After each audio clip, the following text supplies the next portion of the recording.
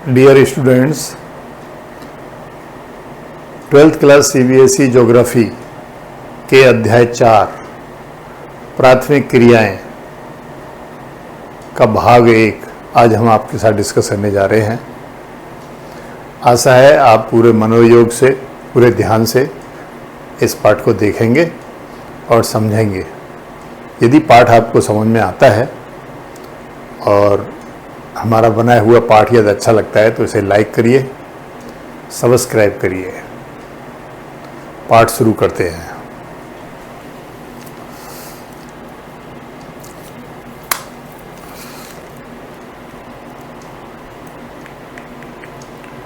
पाठ का प्रत्यय है भाग 1 का आखेट एवं भोजन संग्रह। इसके अंदर आपको आखेट एवं भोजन संग्रह, जब आदि मानव आखेट करता था और अपना खाद्य सामग्रियों का संग्रहण करता था तो उसके बारे में थोड़ा बताया जाएगा। दूसरा, फिर जब इससे काम नहीं चला तो फिर मानव ने पशुचारण प्रारंभ किया, वो भी हम आपके साथ डिस्कस करेंगे। पशुचारण में चलवासी पशुचारण है और वाणिज्य पशुधन पालन है। उसके बाद फिर तीसरी क्रिया है कृषि। कृषि में निर्वाह कृषि हम देखेंगे, आदिकालीन निर्वाह कृषि देखेंगे और गहन निर्वाह कृषि देखेंगे। और कृषि के जो और पार्ट हैं वो हम अगले सेक्शन में देखेंगे। परिचय।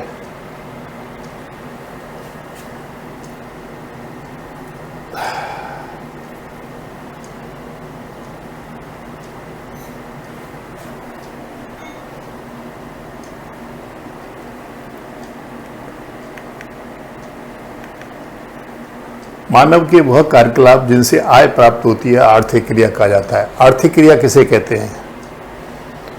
आर्थिक क्रिया किसे कहते हैं?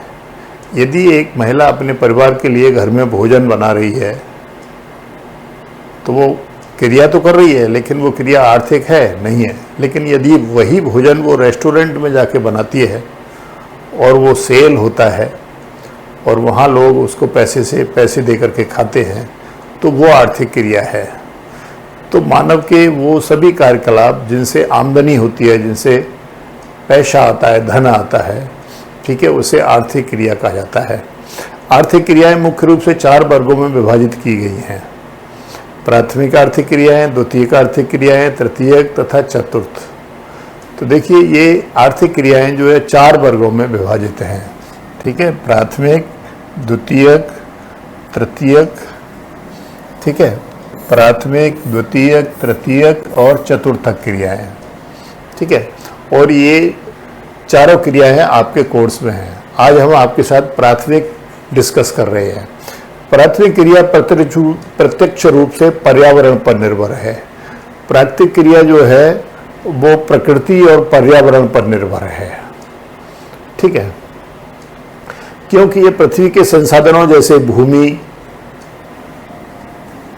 तो प्रकृति का संसाधन है, जल भी प्रकृति का है, वनस्पति भी प्रकृति का है, और भवन निर्माण सामग्री ये भी हमें प्रकृति से प्राप्त होती है। खनिजों के उपयोग, खनिज भी हमें प्रकृति से प्राप्त होते हैं। तो ये क्रियाएं जो भूमि से, जल से, वनस्पति से, भवन निर्माण सामग्री से और खनिजों के उपयोग को बतलाती है, ये प्राथमिक क्रिया होती है। प्राथमिक क्रियाओं में आखेट आता है। आखेट कहते हैं शिकार करने को, हंटिंग।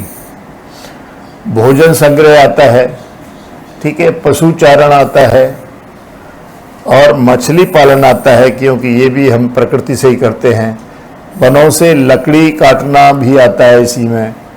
कृषि प्राथमिक क्रिया है और खनन कार्य जो है ये भी प्राथमिक क्रिया है। तो इस तरीके से आपने देखा कि आर्थिक क्रियाओं में यानी प्राथमिक क्रियाओं में आखेट आता है, भोजन संग्रह, पशुचारण, मछली पकड़ना, वनों से लकड़ी काटना, कृषि एवं खनन कार्य सम्मिलित किए जाते हैं। और ये सभी कार्य आपने देखा इससे मानव प्रकृति से जुड़ा रहता है, अर्थात प्रकृति ही मानव को ये सब चीज़ें उपलब्ध कराती है। इसलिए अब जो प्राथमिक आर्थिक क्रियाएं हैं वो पर्यावरण पर निर्भर है। इसीलिए कहा गया है कि प्रकृति की वजह से ही ये जो प्राथमिक क्रियाएं हैं ये जुड़ी हुई हैं। अब इनको प्राथमिक क्यों कहा जाता है? इनको प्राथमिक इसलिए कहा जाता है कि मानव जब धीरे धीरे सभ्य हो रहा था तो वो प्रारंभ से प्रकृति के संपर्क में आया, और प्रकृति के संपर्क में आने के बाद में उसने बहुत सारी क्रियाएं चालू की, और वो सभी क्रियाएं जो है इसलिए प्राथमिक कहलाती है कि वो मानव के द्वारा पहले प्रारंभ की गई थी। अब देखिए आखेट है, वो पहले प्रारंभ किया गया क्योंकि मानव को अपना पेट भरने के लिए आखेट करने की जरूरत पड़ी। भोजन संग्रह, क्योंकि वो कुछ खा लेता था, जो बचता था उसे अगले समय के लिए उठा के रख देता था। तो ये सभी जो क्रियाएं हैं, जो प्रकृति से जुड़ी हुई क्रियाएं हैं, प्रकृति जिनका कच्चा माल हमें देती है, वो सभी प्राथमिक क्रियाएं कहलाती हैं।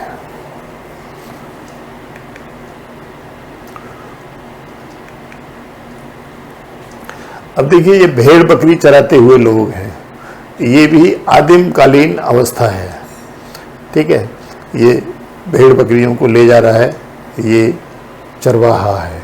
और देखिए ये फल एकत्रित कर रही हैं महिलाएं। मिजोरम में संतरे एकत्र करती महिलाएं, ये संतरे का पेड़ है और यहाँ पर ये महिलाएं जो है संतरे एकत्रित कर रही हैं। तो ये संग्रह का कार्य है। ठीक है, ये पशुचारण है और वो संग्रह है, भोजन संग्रह।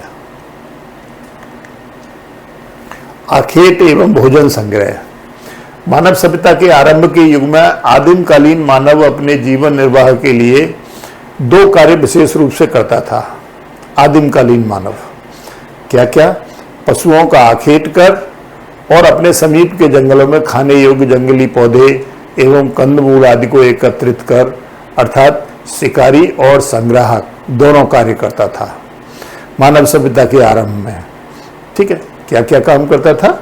एक तो आखेट करता था वो जानवरों का, और दूसरा जो भी समीप के जंगलों से खाने योग्य वस्तु, फल, पत्तियां, तने, ठीक है, और कंदमूल, जो कुछ भी उसे मिलता था उसे वो खाने के लिए इकट्ठा करता था। तो प्रारंभिक मानव का जो आदिकालीन जो मानव था उसके दो कार्य थे, शिकार करना और भोजन संग्रह करना। ये हकीकत पत्थर और लकड़ी के बने औजार एवं तीर इत्यादि का प्रयोग करते थे। ये पत्थर या लकड़ी के बने औजार जो प्राचीन समय में जो इनको उपलब्ध थे, जिन्हें ये थोड़ा बहुत रूप बदल करते थे, ये उन्हीं का प्रयोग करते थे। भोजन संग्रह एवं आखेट प्राचीनतम ज्ञात आर्थिक क्रियाएं। विश्व के विभिन्न भागों में यह कार्य विभिन्न स्तरों पर विभिन्न रूपों में किया जाता है। भोजन संग्रह का और आखेट का ये जो आर्थिक क्रिया है, ये जो क्रियाएं है, ये विश्व के विभिन्न भागों में जो है आदिकाल से की जाती रही है। आदिमकालीन समाज के ये लोग अपने भोजन, वस्त्र एवं शरण स्थल की आवश्यकता की पूर्ति, अब इसमें क्या आ गया? भोजन आ गया, वस्त्र आ गया और शरण स्थल। शरण स्थल का मतलब आवास। आवास का मतलब गुफा भी हो सकती है, पेड़ों की खोखर भी हो सकती है, ठीक है, या उसके द्वारा खुद बनाए गए छोटे छोटे मकान भी हो सकते हैं। तो ये भोजन, वस्त्र और शरण स्थल यानी रोटी, कपड़ा और मकान की आवश्यकता की पूर्ति पशुओं एवं वनस्पतियों का संग्रह करते हैं।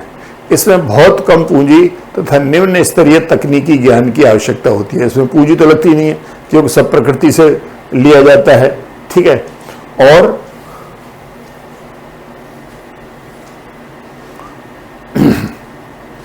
पशुओं एवं वनस्पति का संग्रह करते हैं। इसमें बहुत कम पूंजी एवं निम्न स्तरीय तकनीकी ज्ञान की आवश्यकता होती है, ठीक है।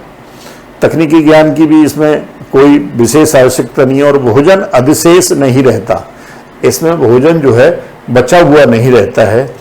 प्रति व्यक्ति उत्पादकता भी कम होती है और जो उत्पादकता है वो प्रति व्यक्ति कम होती है, क्योंकि जैसे जैसे उनकी आवश्यकता होती है वैसे वैसे वो संग्रह करते हैं और आखेट करते हैं। अब देखिए ये वो क्षेत्र हैं विश्व के जहाँ पर ये निर्वहन संग्रहण के क्षेत्र हैं, अर्थात यहाँ पर आज भी मानव जो है ये जो अपना भोजन है वो संग्रहण का कार्य करता है। देखिए ये दक्षिणी अमेरिका का अमेजन बेसिन है, ये उत्तरी अमेरिका का उत्तरी क्षेत्र है, कनाडा से भी उत्तर का। अफ्रीका का ये कांगो बेसिन है, ठीक है। और यूरेशिया देखिए उत्तर में यूरेशिया है, और ये पापुआ और न्यू गिनी है, ये दक्षिण पूर्व एशिया के देश है। इन देशों में निर्वहन संग्रहण जो है दुनिया में आज भी किया जाता है। भोजन संग्रह विश्व के 2 भागों में किया जाता है। उच्च अक्षांश के क्षेत्र जिसमें उत्तरी कनाडा, उत्तरी यूरेशिया, अब देखिए उच्च अक्षांशों के क्षेत्र हैं, ये उत्तरी कनाडा है और ये यूरेशिया है, उत्तरी कनाडा और ये यूरेशिया, तो ये उच्च अक्षांशों वाले क्षेत्र हो गए, ठीक है।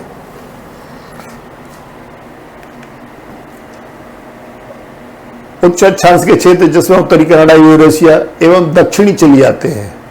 दूसरा निम्न अक्षांश के क्षेत्रों में इसमें अमेजन बेसिन, उष्णकटिबंधीय अफ्रीका और ऑस्ट्रेलिया एवं दक्षिण पूर्व एशिया का आंतरिक प्रदेश आता है।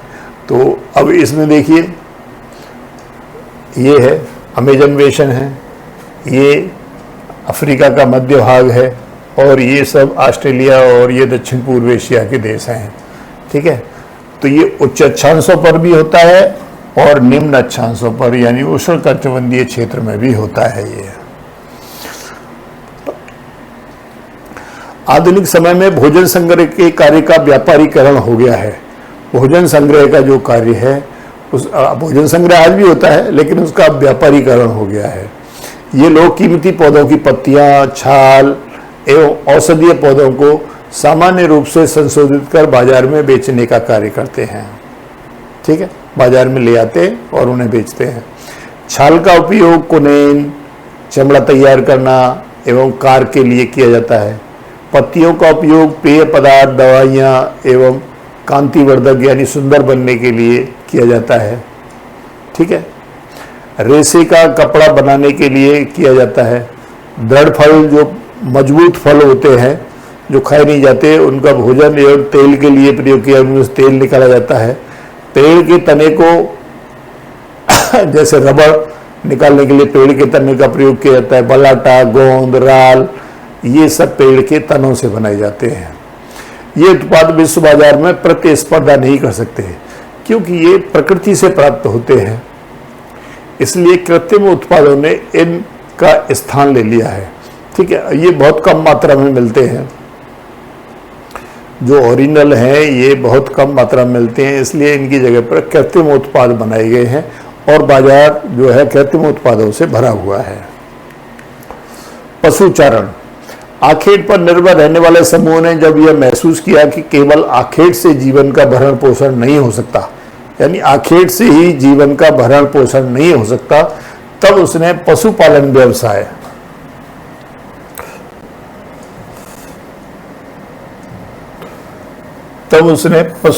व्यवसाय को अपनाया, ठीक है। यानी पहले क्या करता था, वो आखेट करता था और भोजन संग्रहण करता था, लेकिन जब उसने देखा कि इससे गुजारा नहीं हो रहा है, तब उसने जो उसके आसपास पशु होते थे उनको पालने का काम किया, विषय ने सोचा और अपने क्षेत्र में पाए जाने वाले पशुओं का चयन करके उन्हें पालतू बनाया। वर्तमान में पशुपालन व्यवसाय निर्वहन अथवा व्यापारिक स्तर पर किया जाता है। निर्वहन मीन्स गुजारे के लिए भी किया जाता है और व्यापारिक स्तर पर यानी पैसा कमाने के लिए भी किया जाता है, ठीक है। चलवासी पशुचारण, इसमें लोग अपना भोजन, वस्त्र, शरण स्थल, औजार एवं यातायात के लिए पशुओं पर ही निर्भर रहते थे। प्रारंभ में जब चलवासी पशुचारण होता था तो भोजन, वस्त्र, शरण स्थल, औजार एवं यातायात के लिए वो पशुओं पर ही निर्भर रहते थे। ये लोग अपने पालतू पशुओं के साथ पानी एवं चारागाह की उपलब्धता एवं गुणवत्ता के अनुसार एक स्थान से दूसरे स्थान पर स्थानांतरित होते रहते थे, ठीक है। पानी, पशुओं के लिए पानी की जरूरत है और चारागाह की जरूरत है, ठीक है। और चारागाह यदि अच्छी क्वालिटी का है, पानी यदि अच्छी क्वालिटी का है, तो ये एक स्थान से दूसरे स्थान पर उसकी खोज में जाते आते रहते थे। ये लोग विभिन्न प्रकार के पशु जैसे गाय, बैल, भेड़, बकरी, ऊंट, याक, लावा तथा रेंडियर आदि पालते थे। ठीक है, और ये चलवासी थे, एक स्थान से दूसरे स्थान पर पानी और चरागाह की खोज में आते जाते रहते थे।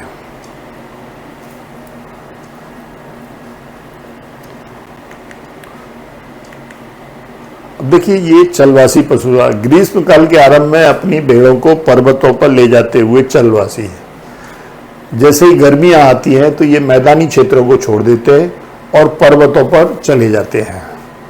ठीक है, वहीं पर कोई चरागाह देखते हैं और वहीं अपने जानवरों को चराते हैं। और जैसे ही गर्मियां खत्म होती है, शीत ऋतु आती है, तो फिर पहाड़ों पर ठंड बढ़ जाती है, इसलिए ये फिर मैदानी क्षेत्रों में उतर आते हैं।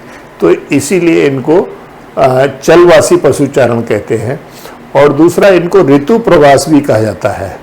इनकी इस क्रिया को ऋतु प्रवास, क्योंकि ऋतु के हिसाब से ये प्रवास करते हैं। गर्मियों में पहाड़ों पर चले जाते हैं और सर्दियों में मैदानी क्षेत्रों में आ जाते हैं, तो ये इनका ऋतु प्रवास कहलाता है। अब देखिए, ये चलवासी पशुचारण के क्षेत्र कौन कौन से हैं। देखिए, अफ्रीका, मध्य पूर्व एशिया, मध्य एशिया, ठीक, दक्षिण अफ्रीका और ये यूरेशिया, ठीक, इन क्षेत्रों में ये चलवासी पशुचारण होता है।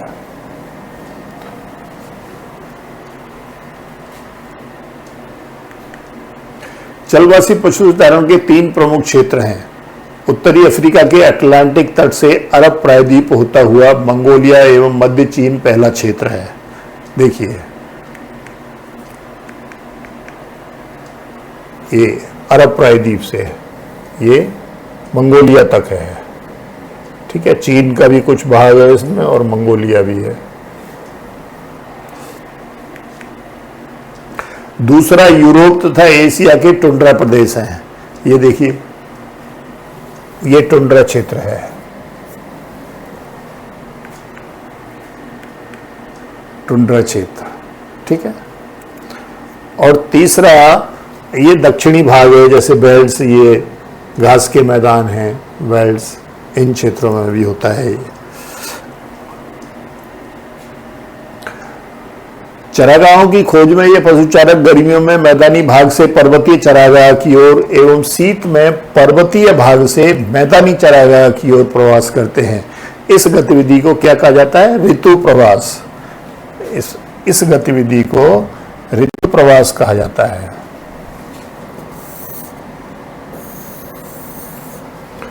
कौन सी गतिविधि है? गर्मियों में मैदानी भागों से पर्वतीय चरागाह की ओर एवं शीत में पर्वतीय भाग से मैदानी चरागाह की ओर प्रवास करते हैं ये। ठीक है। भारत में हिमालय के पर्वतीय क्षेत्रों में गुर्जर,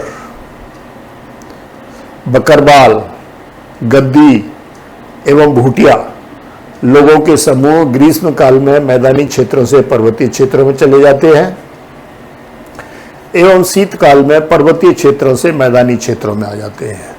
तो ये 4 जातियां आप याद रखिए, बकरवाल, गद्दी और भूटिया। चलवासी पशुचारकों की संख्या अब घट रही है। क्यों घट रही है? क्योंकि राजनीतिक सीमाओं का अधिरोपण तथा कई देशों द्वारा नई बस्तियों की योजना बनाना है, इसलिए अब चलवासी पशुचारण जो है घटता जा रहा है। अब देखिए, वाणिज्य पशुपालन, पशुधन पालन।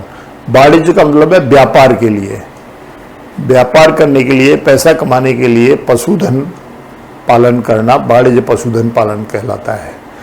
चलवासी पशुचारण की अपेक्षा वाणिज्य पशुधन पालन अधिक व्यवस्थित एवं पूंजी प्रधान है। यह पश्चिमी संस्कृति से प्रभावित है। इसके फार्म भी स्थायी होते हैं जो विशाल क्षेत्र में फैले होते हैं। ठीक है, बड़े बड़े फार्म होते हैं और बड़े बड़े क्षेत्रों में फैले होते हैं। चराई को नियंत्रित करने के लिए इन्हें बाड़ लगाकर एक दूसरे से अलग कर दिया जाता है। इसमें चराई को नियंत्रित किया जाता है, बाड़ लगा करके उसके हिस्से कर दिए जाते हैं चरागाह के,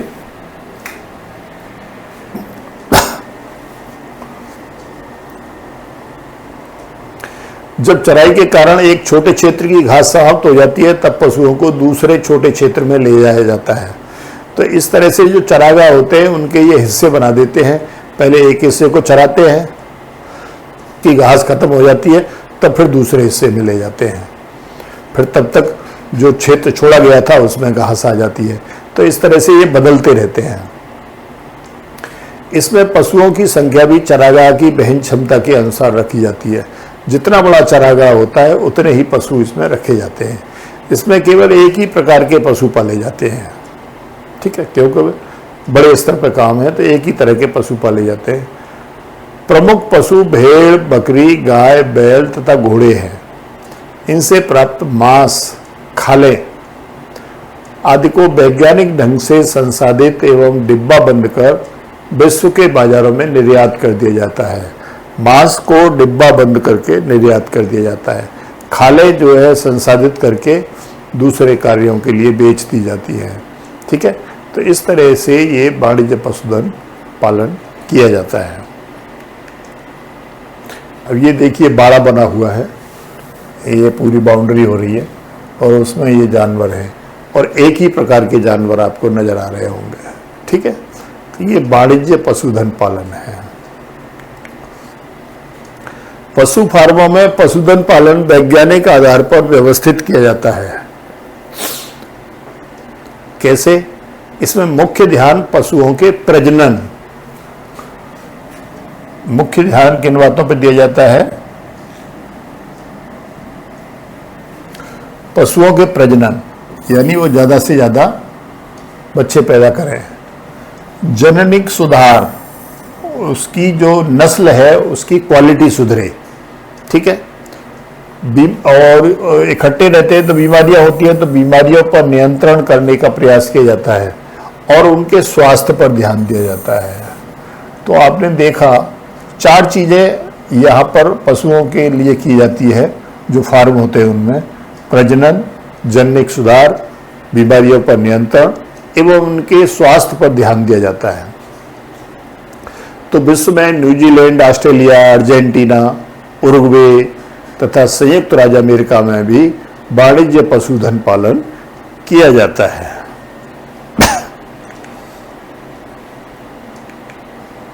देखिए संयुक्त राज्य अमेरिका में किया जा रहा है।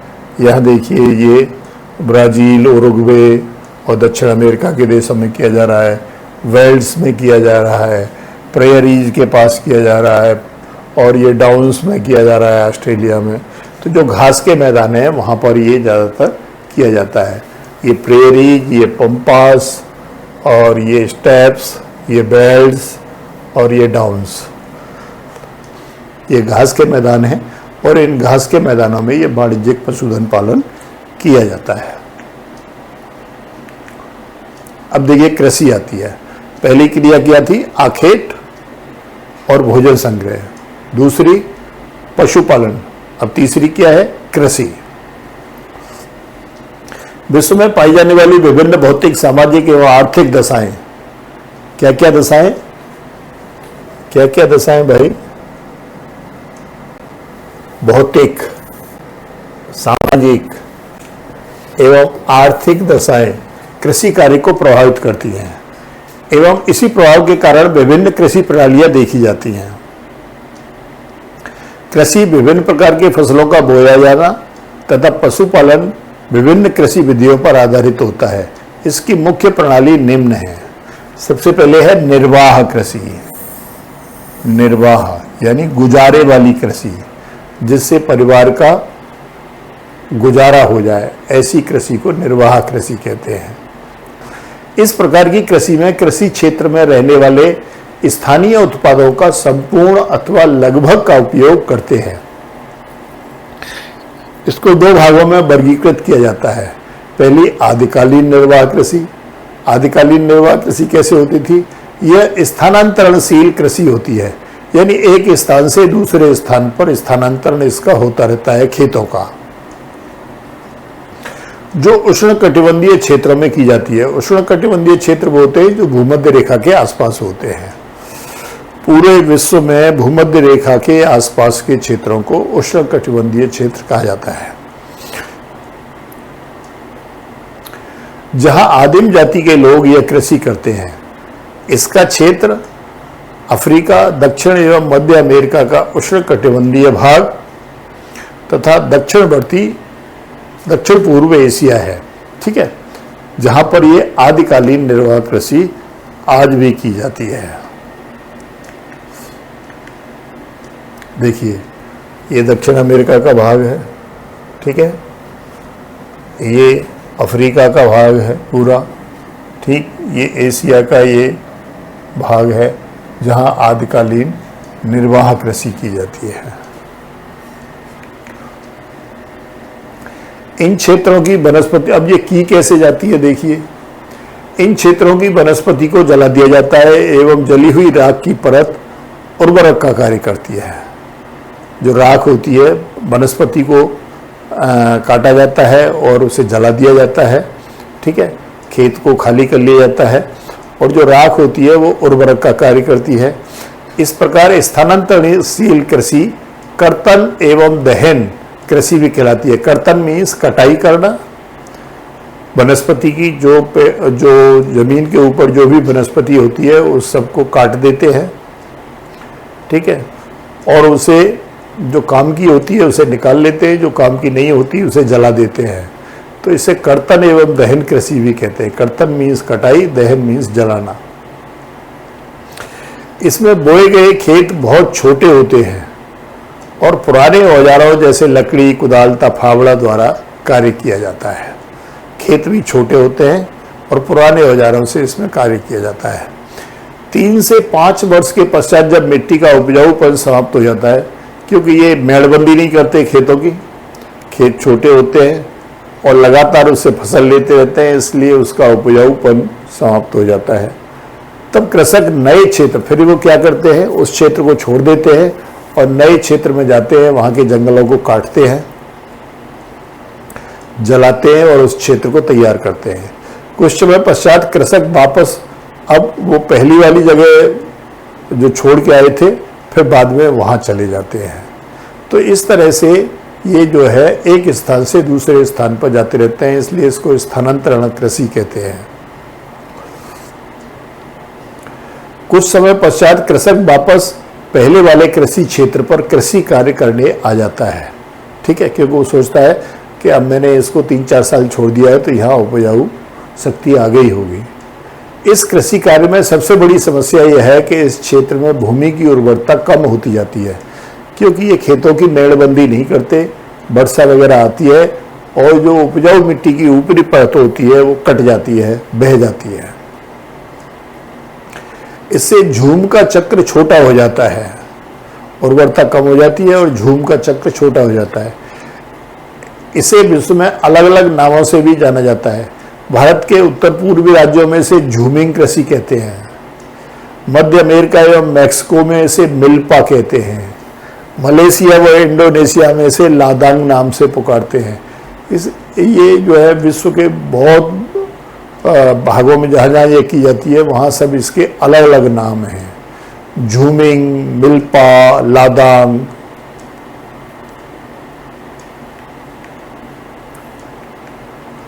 देखिए इन क्षेत्रों में विशेष रूप से की जाती है। ये भारत में, चीन में, दक्षिण पूर्व एशिया के देशों में, ठीक है, ये जो है गहन निर्वाह कृषि के क्षेत्र है जो काले रंग से दिखाए गए। और यहाँ पर ज़्यादातर क्या होती है, चावल की खेती होती है। चावल की खेती के क्षेत्र है ये, बड़े स्तर पर चावल उगाया जाता है यहाँ पर।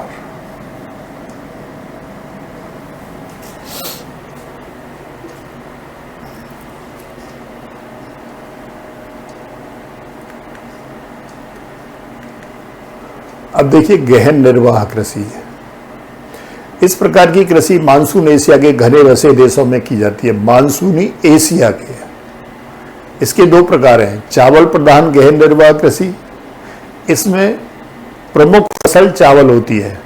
अधिक जनसंख्या घनत्व के कारण खेतों का आकार छोटा होता है एवं कृषि कार्य में कृषक का संपूर्ण परिवार लगा रहता है। भूमि का गहन उपयोग एवं यंत्रों की अपेक्षा मानव श्रम का अधिक महत्व है। उर्वरता के लिए पशुओं के गोबर की खाद और हरी खाद का उपयोग किया जाता है। इसे कृषि में प्रति इकाई उत्पादन अधिक होता है, परंतु प्रति कृषक उत्पादन कम होता है। प्रति कृषक उत्पादन कम होता है क्योंकि परिवार के लोगों का श्रम इसमें लगा होता है। ठीक है, यंत्रों की अपेक्षा मानव श्रम इसमें ज़्यादा होता है। ठीक है, और भूमि का गहन उपयोग इसमें किया जाता है। अब चावल रहित गहन निर्वाह कृषि क्या होती है? ये मानसून एशिया के अनेक भागों में उच्चावच जलवायु, मृदा तथा अन्य भौगोलिक कारकों की भिन्नता के कारण धान की फसल उगाना संभव नहीं होता। उच्चावच के कारण यानी धरातल यदि ऊंचा नीचा है तो जलवायु, मृदा तथा अन्य भौगोलिक कारकों के कारण वहाँ धान पैदा नहीं हो पाता। ठीक है, अन्य भौगोलिक कारकों में वहाँ वर्षा कम होती है। ठीक है, तो उत्तरी चीन, मंचूरिया, उत्तरी कोरिया एवं उत्तरी जापान में गेहूं, सोयाबीन, जौ एवं सोरपम बोया जाता है। भारत में सिंधु गंगा के मैदान के पश्चिम भाग में गेहूं एवं दक्षिणी व पश्चिमी शुष्क प्रदेश में ज्वार, बाजरा प्रमुख रूप से उगाया जाता है। ये फसलें चावल से इसलिए भिन्न है क्योंकि इनमें सिंचाई की जाती है। ठीक है, और चावल जो है वो प्राकृतिक रूप से वर्षा वाले क्षेत्रों में किया जाता है। इस प्रकार अध्याय 4 का ये भाग 1 पूरा होता है। आशा है आपको ये पसंद आया होगा। यदि पसंद आया है तो आप इसे लाइक करेंगे, सब्सक्राइब करेंगे। ठीक है, ऐसी उम्मीद करता हूँ मैं आपसे। अगला भाग इस लेसन का अगले सत्र में, तब तक के लिए जय हिंद।